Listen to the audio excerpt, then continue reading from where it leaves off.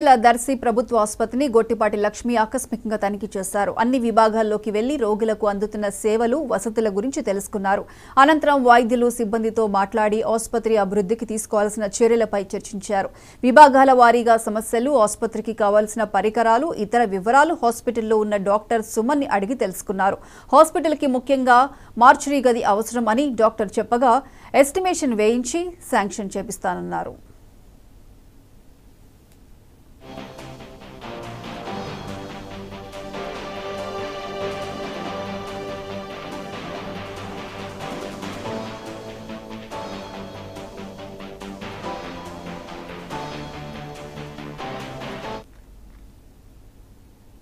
తిరుమల శ్రీవారిని కేంద్ర మంత్రి నితిన్ గడ్కరీ దర్శించుకున్నారు. ఈ రోజు ఉదయం స్వామివారికి పుష్పాలను అలంకరించే తోమాల సేవలో కుటుంబ సమేతంగా పాల్గొని మొక్కులు చెల్లించుకున్నారు.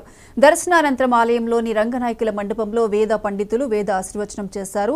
టీటీడీ జేఈఓ వీరబ్రహ్మం నితిన్ గడ్కరీని శ్రీవారి శేషవస్త్రంతో సత్కరించి తీర్థ ప్రసాదాలను అందజేశారు. ఆలయం వెలుపల ఆయన మీడియాతో మాట్లాడారు. దేశం ఆర్థికంగా మరింత అభివృద్ధి చెందాలని దేవుణ్ణి ప్రార్థించారని చెప్పారు.